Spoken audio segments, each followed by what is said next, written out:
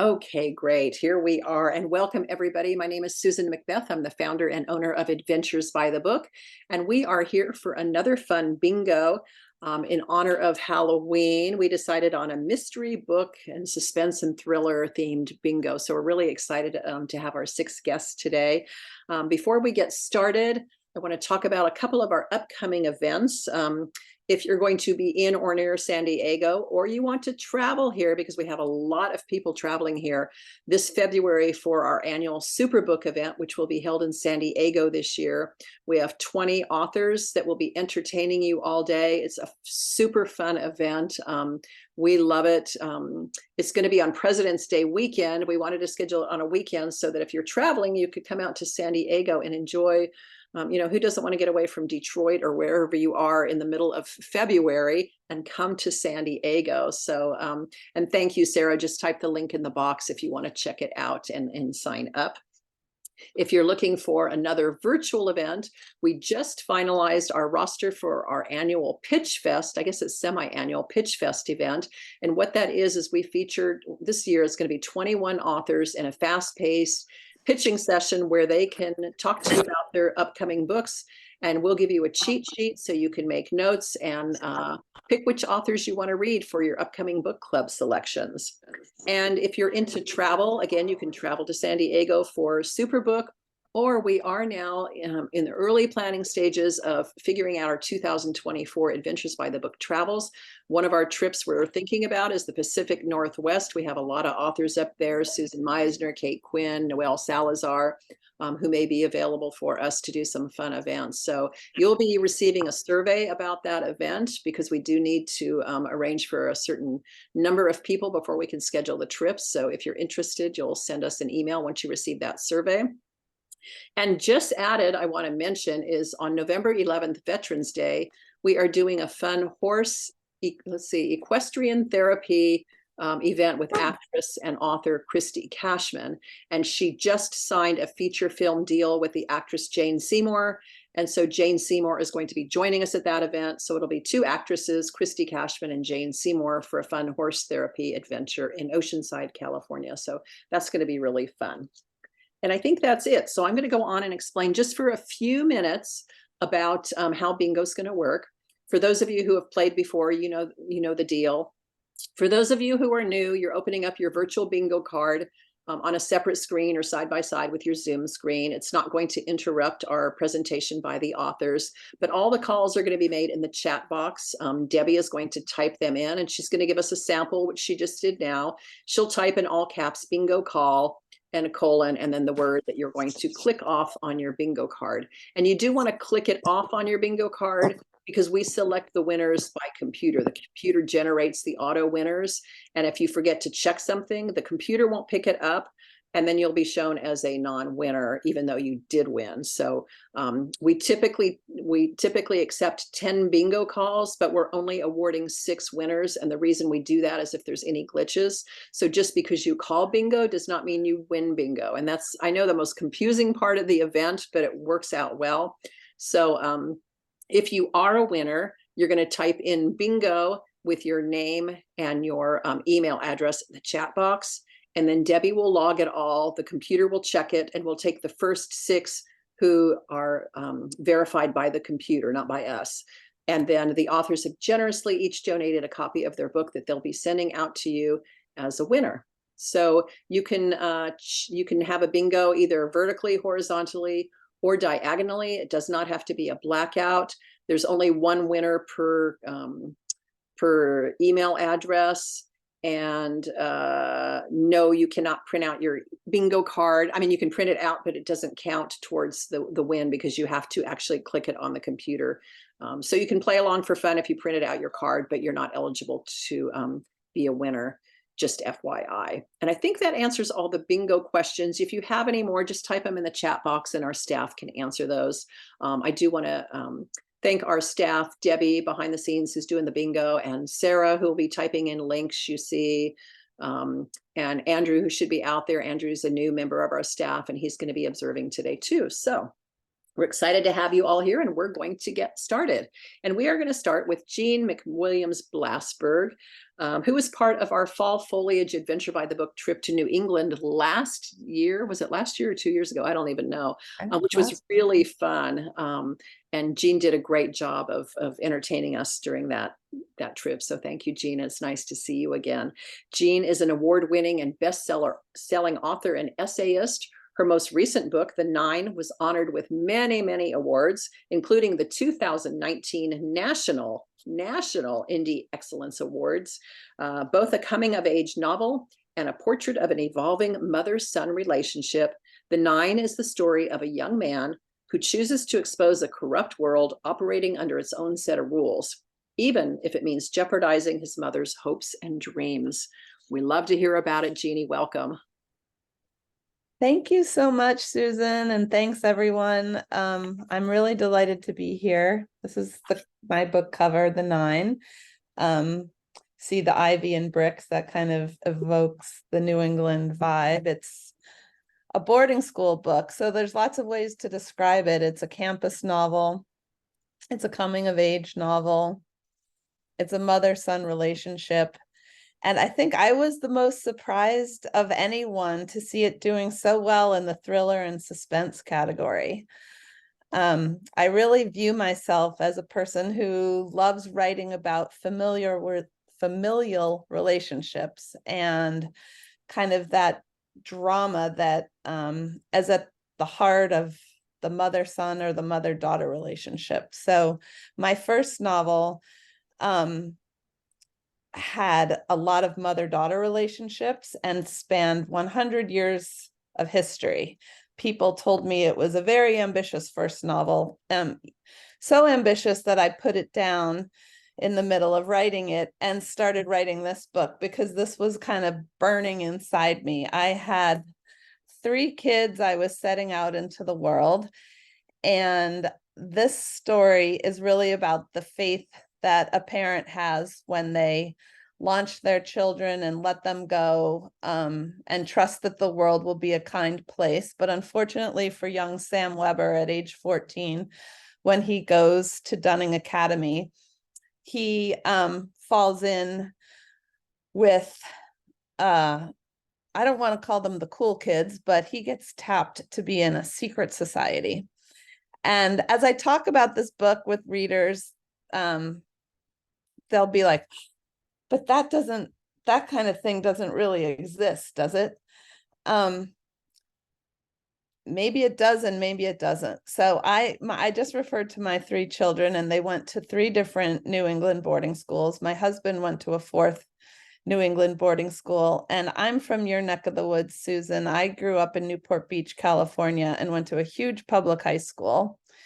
So my teenage years couldn't have been more different than what I've portrayed as Dunning Academy. I didn't copy any of the schools that my kids actually went to, but it was more of a Frankenstein of these places. They'd come home over holidays and tell stories. And so the idea of the secret society is not too far-fetched, but of course, as a fiction writer, I like to make it a little more far-fetched and maybe a little scarier than it actually is.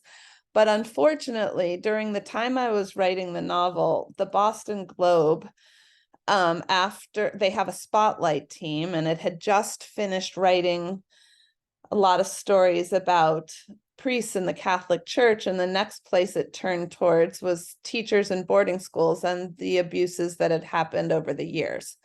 So unfortunately, my book also, one of the inciting events is a crime that's committed. There's cover-ups, and my young protagonist finds himself mixed up in a whole bunch of, in a whole mess that he's got to work himself out of. In the meantime, his mother had all the hopes and dreams, as Susan said, that this attendance at this school and graduation from this academy was going to set her son on an incredible trajectory, and maybe even open up doors for their entire family. So her kind of unrealistic expectations are also part of the heartbreaking component of the story. And I think I mentioned that no one was more surprised than me that the book did so well in the thriller and suspense category. As I said, I really like to write about family relationships and go deep into those bonds and the pain as things evolve, sometimes in close relationships. But after, during the writing of my first novel and some of the feedback I got around the interiority and the characters' heads and maybe the lack of action, I was completely determined that this book would have lots of action and lots of suspense, a tighter timeline, 4 years of high school, and 3 main characters. So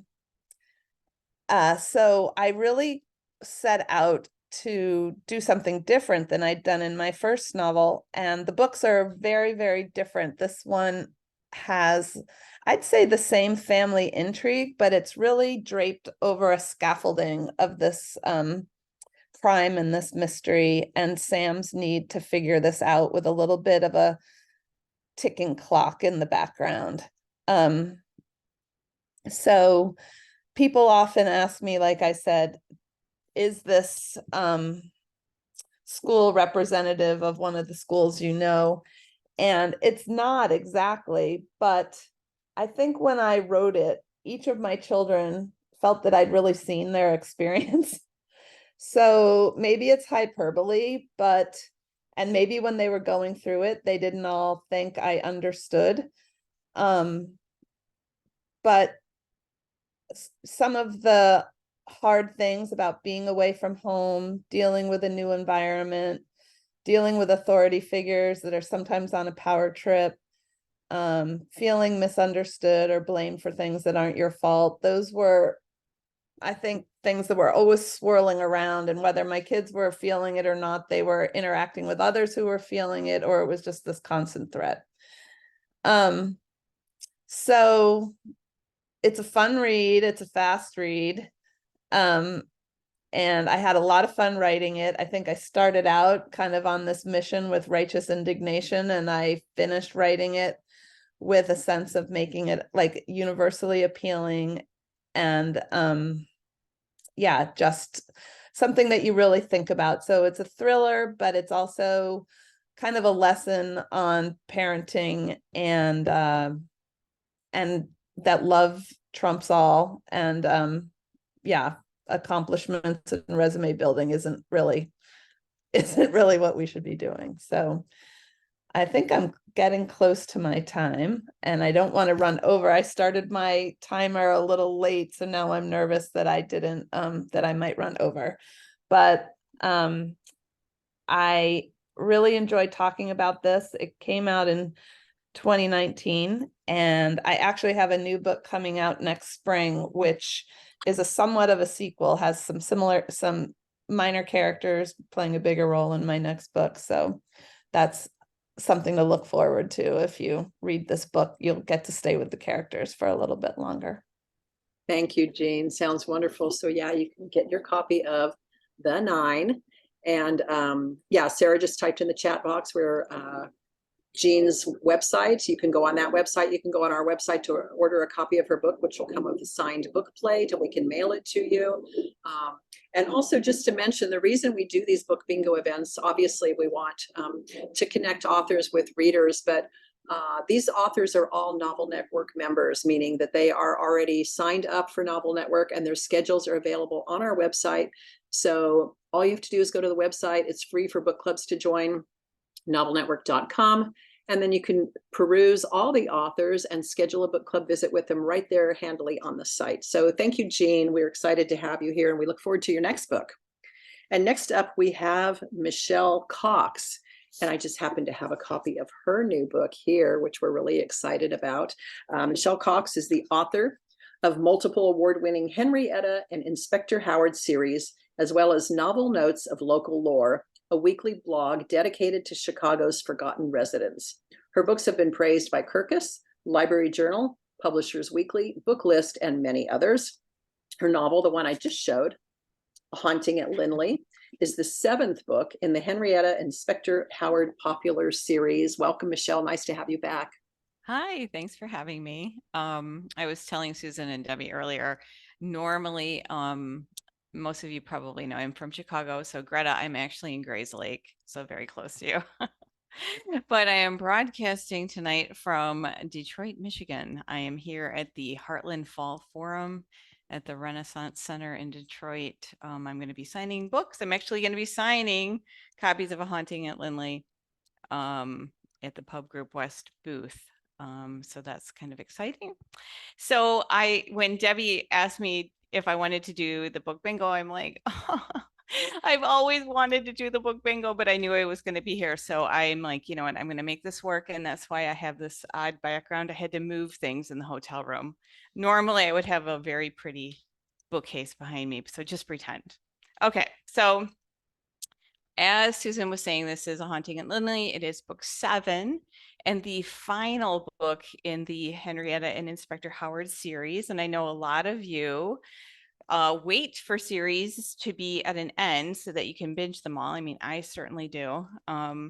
So it's kind of nice that now that we know that it's ending, you can go ahead and get started, and it's perfect for Halloween. It's got haunting in the title, so why not? So if you're not familiar with the series, it's sort of a genre blend series. It's historical. It's set in the 1930s in Chicago. So you've got that period element, but in each book of this series contains a mystery, but there's also a lot of romance, especially in the subplots. So there's a lot, by book 7, there's a lot of side stories going on.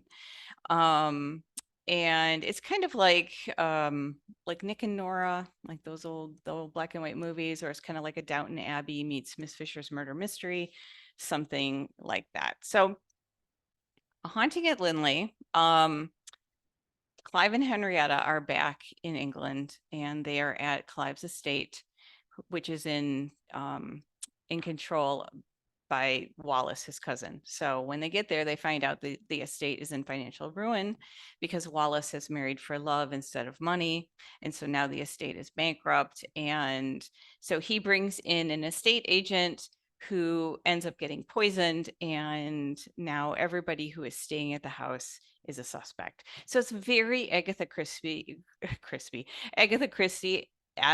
So you've got the old manor house, you've got the murder, you've got all of the guests that are trapped there until the investigators figure it out. And so that's Clive and Henrietta, of course. Only this time, Clive gets called away to London midway through the book. And in this book, Henrietta is the one that actually solves the case. So in the other books, she's been Clive's helper. And I just really wanted her to be able to be the one to solve the case in this final book. So that was really fun to do. And at the same time that she's trying to work this out, of course, she's in danger because somebody in the house is the killer. But there's also all of these hauntings going on, and nobody can tell if they're for real or they're just pranks. There is a rumor that there was a maid that hung herself in the estate, years and years ago. So one night, Henrietta gets herself locked in the study. She sees something ethereal, and she has to decide if this is really the ghost or if it's something else. So it's a fun novel. It's early reviewers have said that it's a very satisfying end. All of the side stories are wrapped up, except for one story, Melody Merriweather, who's a side character. Her story is left a little bit hanging because I'm spinning her off to be her a new series, and that will debut in the fall. It's going to be a Jane Austen retelling. It's the start of a new series. It's going to be in Wisconsin in the 1930s. So I'm having a lot of fun writing that. I highly encourage you to start it. It's perfect for fall. Get cozy. Give it a try. That's me. Thank you, Michelle. Appreciate that. And Yeah. Since we have just a minute for your time, somebody had asked if, since this is number 7 in your series, are they standalone or do they have to read them in order? No, that's a great question. They are so early reviewers. So it's been on a couple of book tours, and people who are fresh to the series have been able to read it no problem.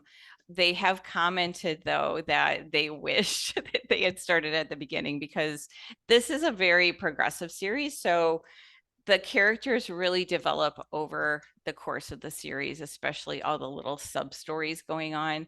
But you really absolutely can read this book as a standalone, but it is better if you start at the beginning. Oh, great. Thanks for letting us know. Mhm.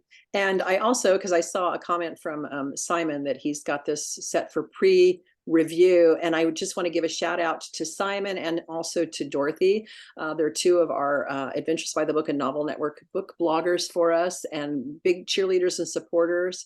Simon is, I think it's Canadian Reads. He's a Canada reviewer, and we love having him here and all our friends from Canada. And Dorothy is in Oklahoma. She is known as the Book Whisperer, and she does great reviews as well. So I encourage you to follow them and look for them as well. Thank you, Michelle. Next up, we have Greta Kelly, who is probably not a witch in death or otherwise, but she still can be summoned with offerings of 2 beautiful to use journals and Butterfingers candy. Oh, I do love Butterfingers, yes. Her new novel, The Queen of Days, is an epic adventure that weaves together a flawed but lovable family of thieves, a battle between fallen gods, and stakes high enough to cause vertigo. Perfect for fans of The Lies of Locke Lamora and Six of Crows. Welcome, Greta. We're excited to hear about your book.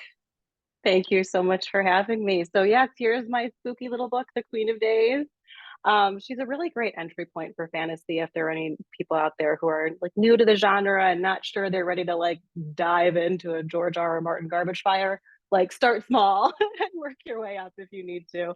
But the little elevator pitch I have for The Queen of Days is that it's about a crew of thieves who team up with a time-eating demon to steal an ancient statue from their city's governor before he can use it to resurrect a fallen god, and pretty much fail in every imaginable way along the way. So it's a really fast, fun read. But since this is our spooky October book bingo, I thought I would talk about 2 elements in the book that kind of fit the theme, and that would be fallen gods and demons. So I know speculative fiction authors tend to like wax poetic about world building and go on and on about all the research that we do to like create magic systems and pantheons of gods. And while that is true for me, it was a lot easier with the Queen of Days because a good chunk of that inspiration came from one of my all-time favorite October movies, Ghostbusters. And that is, if someone asks you if you're a god, you say yes. So obviously I'm being a little tongue in cheek here, but that kind of irreverent attitude was something that I wanted to like bake into the Queen of Days, even when it came to the pantheon of supposed gods that they worship. I took a lot of inspiration from the Greco-Roman city-states when I was creating these little terminally bored immortals that are worshipped as gods in this book. And I must have been watching some sort of documentary when I was drafting the book about how in like ancient Greece you'd have whole cities dedicated to these very capricious, changeable gods, and they would build temples and fill them with gold and all these luxurious items and food. And it just got me thinking, what would happen if one of those very capricious, very changeable, dangerous deities of yours actually came to the city and claimed all those things that you had on offer? Is that really something you think is going to work out well for you? And that's kind of the seed that started the Queen of Days. It's trying to answer that question. And short answer is no. That's a terrible idea. And it certainly is that way in the Queen of Days because, yes, their ancestors saw these beautiful, immortal creatures and thought, oh, you must be gods. But no, they're chaos gremlins. Abort. So for the main characters of the Queen of Days, they follow the Italian gang. I have this beautiful little character art here. And they are very lucky to have the titular Queen of Days on their side. Her name is Tath or Tathiel. She is a criminal for hire, but she does not work for money. She works for time. So if she agrees to work for you, she will not take any of your money, but she will take 30 days of your life. 30 days you would have lived, which you will surrender to her, meaning you will die 30 days sooner than creation intended. And when the main characters first heard this, they thought, oh, sure, she's insane. Like, no problem. It's an easy deal because obviously magic doesn't exist, until they see what she was able to do with that time. And that, oh, maybe magic does exist and we just didn't realize it. And that realization was definitely a bit of a learning curve for the crew of the Queen of Days. And even one of the members accuses her of being a demon, and she doesn't exactly say no to that claim. But she is one of the point of view characters of the story. There's two main point of view characters. One is the leader of the battalion gang, the crew of thieves, and the other one is Tassiel. And if you think that creating a sympathetic point of view character who also happens to be a demon was difficult, you'd be right. When I first thought of her, she was so opaque. Her motives were so unclear to me. Like, what could this powerful, immortal creature ever want out of a bunch of chaos gremlins like this band of thieves? And she was really just a tough nut to crack. And I think part of that is because her magic is so ruthless, and also because it was partially inspired by one of my all-time favorite science fiction monsters. So I have a soft spot for Doctor Who, particularly the David Tennant years. And in those seasons, they introduced the Weeping Angels, who I love. They were so creepy.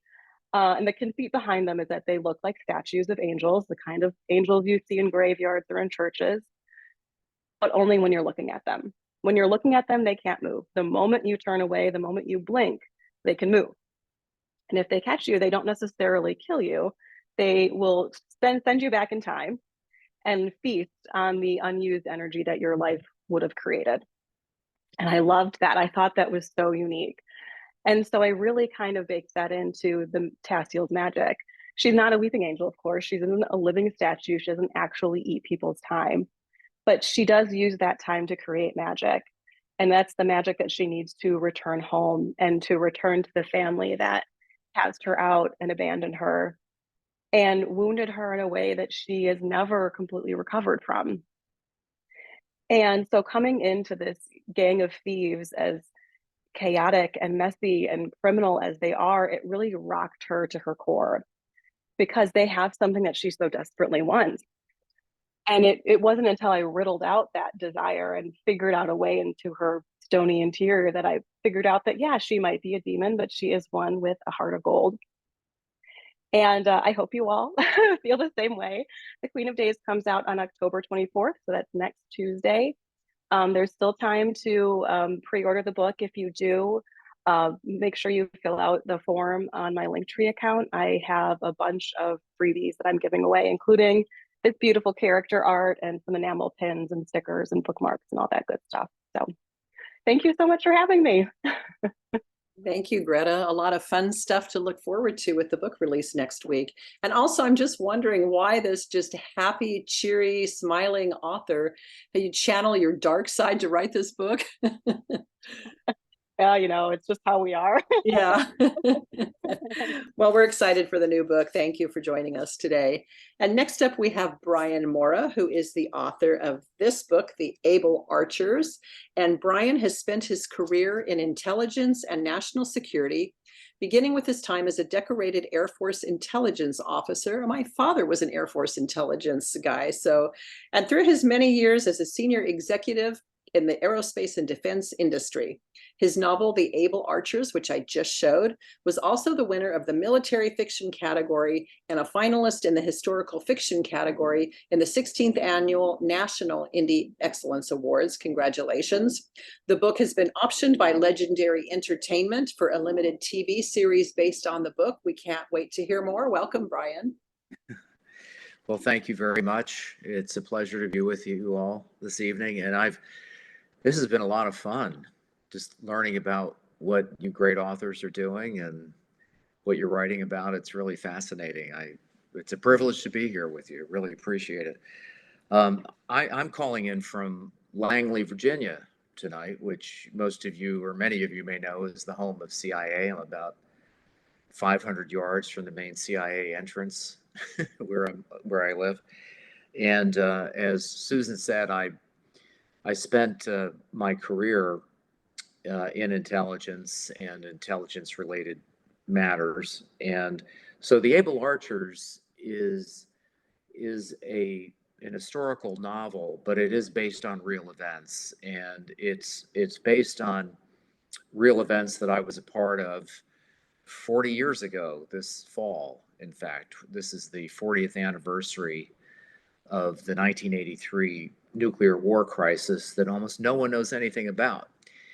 And I've been very busy this fall doing speaking engagements, especially here in the Washington, D.C. area. I think tonight is my seventh event this week, because there is a renewed interest in what happened in 1983 and how it can relate to what's going on in Ukraine today, in relations with China, and in relations in the Middle East, unfortunately. So, The Able Archers, this book was published last year. It's also part of a series. It's actually the first book in a series of 7 books that I'm writing with the same 2 main characters. Book number 2 will be published in April of 2024. The 2 main characters that I mentioned, that are pulled through the entirety of the series are an American and a Russian. And the American is a young intelligence officer who's based on me and my experiences. The Russian officer is a Soviet military intelligence officer who's quite a bit older than the young American. And the older man, the Russian, is based on, a lot of people have asked me, where did this guy come from? Where did the Russian character come from? And he's a blend, really, of the best characteristics of, because I wanted to make him a sympathetic character and not a bad guy. He's a blend of the best characteristics of Soviet KGB and GRU officers that I knew and sometimes worked with, sometimes fought with back in the 1980s. And he is married, the Russian is married to a Ukrainian woman.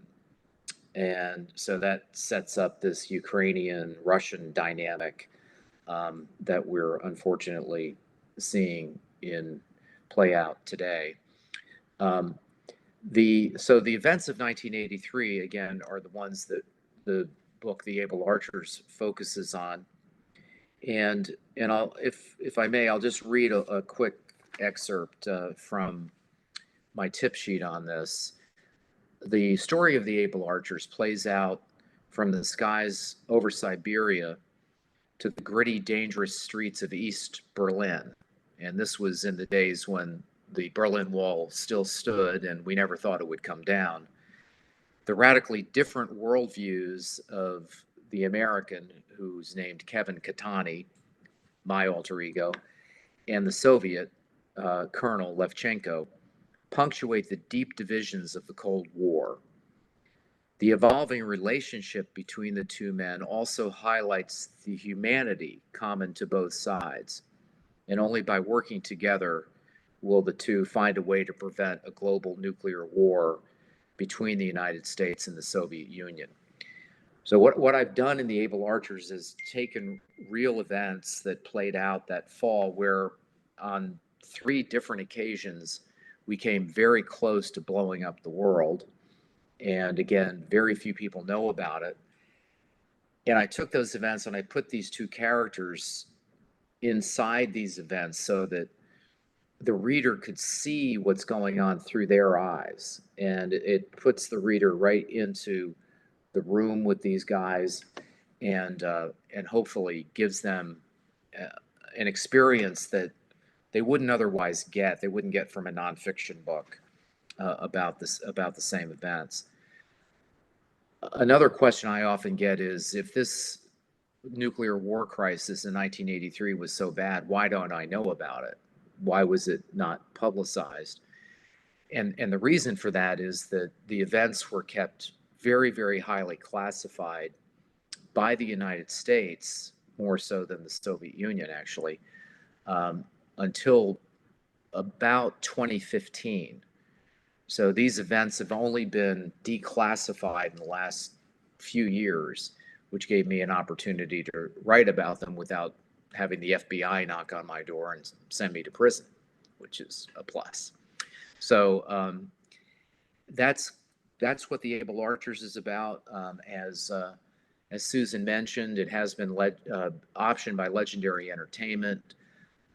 I just finished my 25th version of the television treatment this morning and sent it off to my agent in Hollywood. So I'm hoping this one passes the test because I really don't want to do a 26th version.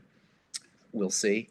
And we do have a producer. We've got a lot of interest, and obviously Legendary is interested. So my hope is that it will appear on the small screen. It'll be a limited TV series sometime within the next 2 to 3 years. But these things take a long time in Hollywood, as I've begun to learn. So that's the basis of the story of the Able Archers, and how I came to write it. And I look forward to hearing what the rest of the great authors here tonight have to say. Thank you. Thank you, Brian, and congratulations. We'll keep fingers crossed that there won't have to be a version 26. And Debbie typed in the chat box, I'm a girl who typically does not read military fiction, and I could not put this book down. It's a fascinating story. Can't wait for the sequel. I passed it along to my husband, who also couldn't put it down. Huge endorsement. So great to hear. Thank you. Thank you, Brian. Next up is Kaira Rouda. Kaira is an award-winning USA Today and Amazon Charts best-selling author of contemporary fiction that explores what goes on beneath the surface of seemingly perfect lives. I love how she does her unreliable narrators. I always look forward to her books. Her novel, The Next Wife, was runner-up to Best Book of the Year. In her latest book, Beneath the Surface, which we have right here, on a weekend voyage, the power-hungry children of an aging billionaire are unprepared for a storm of deceptions. And if you were in San Diego a couple months back, we did her launch party for Beneath the Surface. It was so much fun. And I can't wait to hear more, Kaira. And also, are we going to have a cameo appearance by your new family member? I'm dying to know. Welcome, Kaira. Thanks, Susan. Yeah, so hi, everybody, and hi, fellow authors. And Brian's subject matter is a little more intense than mine. I write about grown-ups behaving badly who have, too much money and too much time. But anyway, no, the puppy woke up during Greta's talk, so I was trying to get him up and out before he would distract anybody. But yeah, he didn't make a sound, so I was glad about that. But now I did the handoff, so you won't see him this time, Susan. But if you go on my Instagram page, you'll see Rocky is everywhere. It's embarrassing, but that's just got to happen for now. So, as we were talking about the Goodbye Year, I wrote a book called The Goodbye Year, which was similar to you with the kids going away and all of that. And now I've entered my dog mom era. It's very embarrassing. So that's what I talk about now. But anyway, okay, back to the book.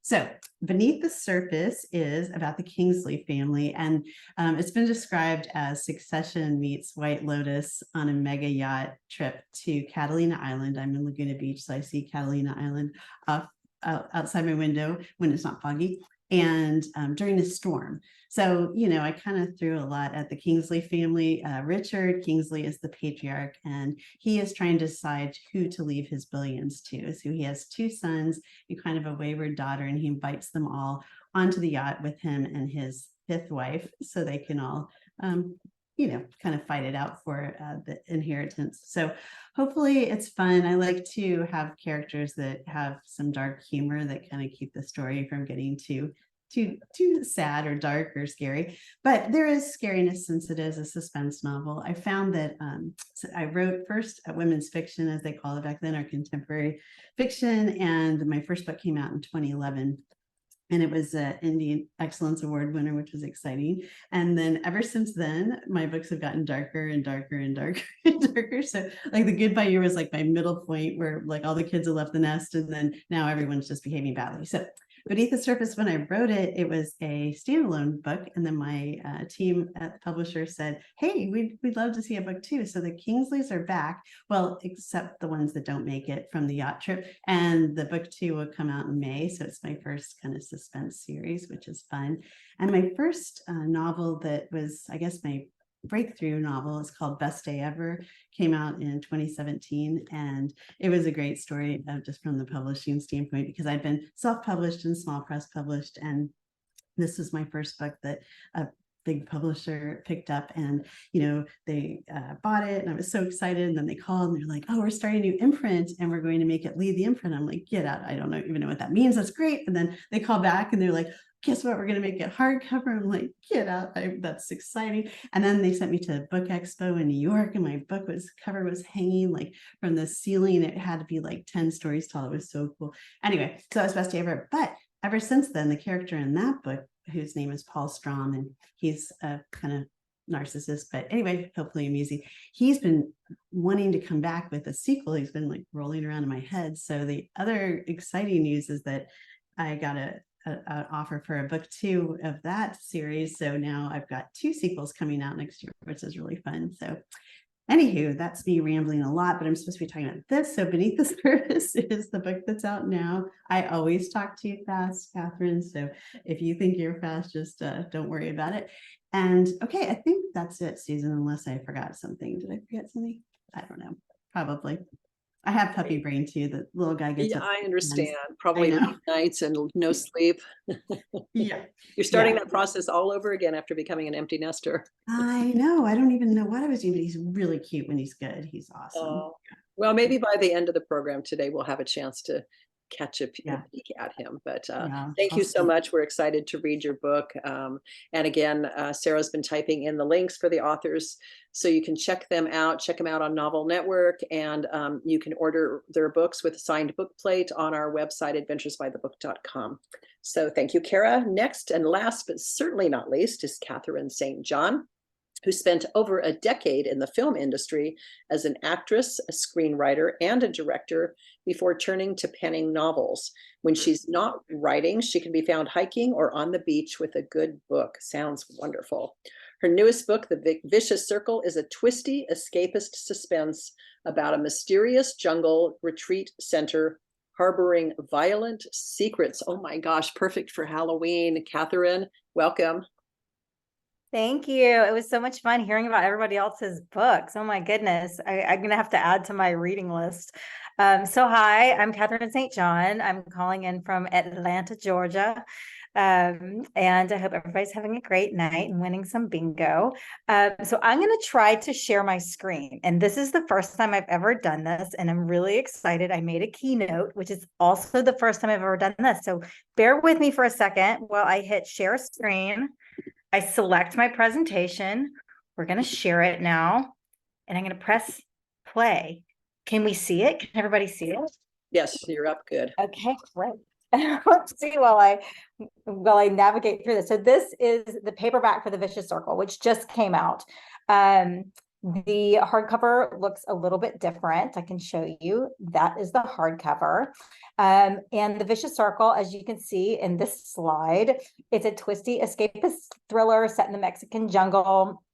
It has a lush Mexican jungle setting, and it features a mysterious inheritance, a slow burn romance, themes of female empowerment, and cult activity.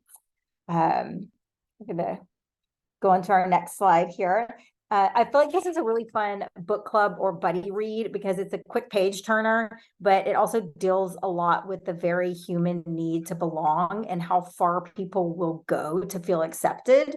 And also with self-confidence and how that can impact your decision-making capabilities. So I feel like these are things that are really fun to discuss in a group, and that makes this a really good book for a book club read. So we follow Specta, who is 30 and living in New York. She's a mess. Her life is kind of falling apart. Her engagement is on the rocks when she learns that her estranged uncle Paul has suddenly died, leaving her his entire estate, which is considerable considering that he was a famous self-help author. until a few years ago when a scandal made him leave the spotlight and take up residence at a retreat center deep in the Mexican jungle with 100 of his closest followers. So, shocked and confused by his death and the inheritance, Sveta travels to Mexico to pay her respects and to her uncle, and also to his grieving, much younger widow. Oh, my lights just went out. Shocking. So, to his grieving widow Callie, who by all accounts should have inherited his estate. Now, the executor of the will is her uncle's business partner's son, Lucas, who Sveta had a memorable one-night stand with years ago. He ghosted her, so she is not happy when she gets to Mexico City to board the small plane to the jungle and finds Lucas there to accompany her, saying that he is worried about her safety. After a helicopter ride and a boat ride, they arrive at Xanadu to find this incredible villa on a lake with tumbling gardens and ornate fountains. Everyone is kind, and Callie is surprisingly hospitable considering the circumstances, if she isn't entirely forthcoming about the circumstances surrounding Paul's death. And she does keep jaguars as pets that roam freely on the estate. The group is also welcoming, and Sveta feels connection as they celebrate her uncle's life together with meditation and a funeral pyre and a celebration of life. It's not until a problem with their helicopter leaves them stranded at Xanadu that Sveta starts to see the cracks in the facade of this seeming paradise, and Callie presents a new will that cuts Sveta out completely. As the mystery around her uncle's death deepens, the beliefs of the group that at first seemed benign become dangerous, and the control Callie wields becomes disturbing. Sveta realizes this is no utopia, it's a cult. Trapped and unsure who to trust, she realizes she's going to have to keep her wits about her if she wants to make it out alive. So, like a lot of people, I find cults fascinating, and I have to admit, I had a lot of fun creating this cult. I did a ton of research because I wanted it to be authentic and something that appeared positive on the outside that could legitimately draw people in, because no one intentionally joins a cult. They join a self-help group or a hot yoga class or what have you, and they find this sense of belonging, and that's what they're looking for. And it's not until they get deeper and deeper that they realize that they're in a cult. That said, I wouldn't necessarily call this a cult book. It's more like a book that's set in a cult, because it deals a lot more with self-confidence and the need to belong than it is about the inner workings of the cult. The cult is more like our setting, our gothic atmosphere, our spookiness, and that Sveta is navigating, trying to figure out what's going on and make it out of there alive. I'm always interested in what happens when you put ordinary people in extraordinary circumstances that challenge them and require them to face their own demons while they're battling outside forces. So we make the internal struggle external. In the vicious circle, that means that what is a journey of self-confidence for Sveta is a twisty, fast-paced read for the reader. I think that this is a great fall read because it's atmospheric with gothic elements and creepy cult vibes, all leading up to a shocking conclusion. As Darby Kane says, it will keep you guessing on edge till the very end. I hope you enjoy it. Thank you. I did it. I did my presentation. Now we have to figure out if I can not share my screen anymore. Here we go, guys. Stop share. And we're back. Yay. We did it together. We enjoyed that, Thank but I you have so to much know your for attending. So all your photos, there's something not telling us, or is this your vision of who would play the role if it was optional? I think she would be a great Sveta. I really do think she'd be an amazing Sveta. And when I was looking online, I wanted to tell the story visually. And so I was looking for actors who I found that picture for holding the ring. And I was like, oh my gosh, this works perfectly. Her engagement's falling apart. And then I found that picture of her in the jungle with the knife. And I was like, oh, this works perfectly. So, I mean, she had to be she had to be perfect for it. And who doesn't want to see Superman? I mean, who can resist Superman as the love interest? So Absolutely. Loved it. Thank you, Katherine. And I see from our chat box that there were a lot of bingos called on that last round. So I don't know from Debbie if we have our 10, our list to choose from, but she can let us know when the bingo is concluded. But we do have a little bit of time, so I'd love to go to each of our authors and get some final thoughts or anything you want to share. Hey, Susan, I'd like to share Oh, Rocky. there he because is. He's very Oh. awake now, so he's got like 1 minute of Wait, cuteness. I've got to get a before photo of him, so keep him on the screen he because turns into a so monster. adorable. What is his name? His name is Rocky. Rocky. Oh, look Well, at yeah, you, he's baby. piranha. He's like a little piranha. So Oh, yeah. oh my gosh, so cute. I'm so glad he woke up just for us. Okay, yeah, there you go. Okay, thank you. Thank you for sharing. And also, as soon as Brian was talking, I put myself on mute, and right then there was a flyover from the Marine base. So they were channeling you, Brian. So Excellent. I do want to thank all our adventurers for joining us today. You guys are hugely supportive, and we're always so grateful. They attend events, they read the authors, they post about them, they buy their books. We're very lucky to have you guys. Thanks to my staff again, Debbie, Sarah, and Andrew behind the scenes for helping keep it organized. But we want to go to our authors for some final thoughts. So let's start with Jeanne. Final thoughts, anything you want to say? Well, this has just been wonderful to hear about everybody's work. And again, like some people said, I've collected a few titles I need to read as well.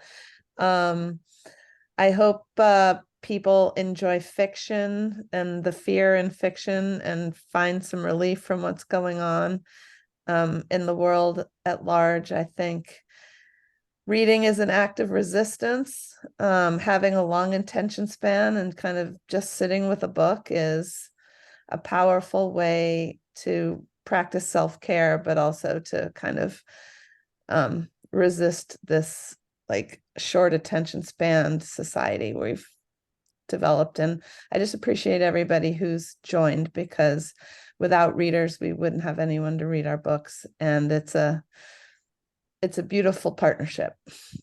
Oh, that's really nice. And I mean, that's why I love my job so much, just because in this world of disconnect and everything that's going on, books have the power to connect people, and that's what we're all here for. So thank you, Jeanne. It was a pleasure having you. And are you still playing handball? Was it handball? I play squash, and Squash, actually okay. I'm heading down to Baltimore to participate in a US versus Canada competition that happens every 2 years. So Oh my gosh, I'm playing in an age group division. I won't say which one, but it doesn't matter. You're so impressive. I mean, still happy to be representing our country. Yeah. Oh God, what an honor. Thank you so much for doing that. We can't wait to hear the results. Good luck. Final thoughts, Michelle Cox. There we go. Yeah, I mean, Jeanne kind of said it. I've stopped adding books to my TBR because it's just like it's so giant that it's gonna like fall over in the middle of the night and crush me while I'm sleeping. But for real, these books sound amazing. I have added them. I'm always looking for a slightly different genre because I think you can learn a lot from. I get sort of stuck in reading historical all the time. And I think I heard this advice at some point, you should really be reading other genres because it can really, help your writing and sort of expand your experience. So yeah, we all need some escapes, and fiction is a good way to do that. So thank you, everyone. For sure. Thank you. Greta Kelly. Well, just echoing what everyone else has said. Thank you all so much for being here and listening to us, jab around about our nerdy author stuff while you play bingo. It means a lot to all of us. So you guys are the reason that we do all of this. So, look us up if you ever want to have us either in person or virtual at your book club. I know I'll be going on book tour in November. So check out my Instagram for all the dates and locations. It's Greta K. Kelly on Instagram. Thank you. Fabulous. We'll look for you. And whatever your closest city is, you can check her out and meet her in person. Thank you, Greta. And Brian Morra. Well, I'd echo everything that's been said as well. I think I've learned a lot tonight. And Susan, I appreciate what you said about all the events that you're involved in or sponsoring and running in the San Diego area. Sounds great. Love to participate at some point. And I love doing book clubs too. It's a lot of fun, and I learn a lot. I learn a lot from the interaction with readers and the questions that they ask, and because of the subject matter of my book, of The Able Archers, we tend to get into some kind of heavy subject matter, but I think that's healthy too. I think it helps people to articulate some of the anxiety that they have about what's going on in the world today and how it compares to what we went through, in this case, 40 years ago during the big nuclear war scare. So it's a great privilege to do book clubs. I really enjoy doing it, and look forward to doing more. So thank you all again for the opportunity tonight. It's been terrific. Thank you, Brian. Appreciate it. It's fun having you here. And I'm reading the comments in the chat box. I'm loving this. They're forming a pickleball book club. Oh, it looks like one already exists. The Literary Pickleball Society. Who knew? Oh my It's God. crazy. And Mindy, who says, here in New York, the cold months have us indoors. I'm jealous of those with warm weather year round. Okay, you don't have to be jealous. You can come to San Diego in February for Superbook. Bring all your book club. Bring the pickleball book club friends. Get away from the cold and enjoy books and all these fabulous authors. Last but not least, final thoughts from Katherine St. John. Are you muted, Katherine? Oh, she probably was waiting for me to talk. Oh, I was waiting for, I was saying, what about Kaira? oh God. She's next in line. I'm at the end. I'm sorry. That's okay. I guess I just show my puppy and then I'm out. I don't know. No, Kaira, Yeah. go ahead. I'm sorry. That's okay. Thanks. It's Pat. late in the day. Yeah. My brain is. No, it's fine. I'm like that too. I would second, third, fourth, everything everybody else said. I happen to think sitting down and reading a book is in fact like the best way to escape. And then also you always learn something, whether it's, you're reading a military novel or any kind of novel, expands your mind and really helps you grow as a person, and also somehow makes, like in my particular books, it's an escape for sure, especially this one. But anyway, so thank you all for being here, and I would join the Literary Pickleball Club in a minute because I love pickleball and writing books. And I also wanted to mention, if you guys like mystery suspense novels, I am part of a group called the Killer Author Club, and we have a TV show, or not TV show, Facebook show and a YouTube show every other Tuesday where we interview incredible authors, and we'd love for you guys to tune in there too. How fun. And I told Kara one time that we should do an adventure by the book on a luxurious yacht, but I don't want us to get killed off. No, yeah, it could be dangerous with my characters, but I think you and I would be fine. I think so. Yeah. Okay. Shoo. Yeah.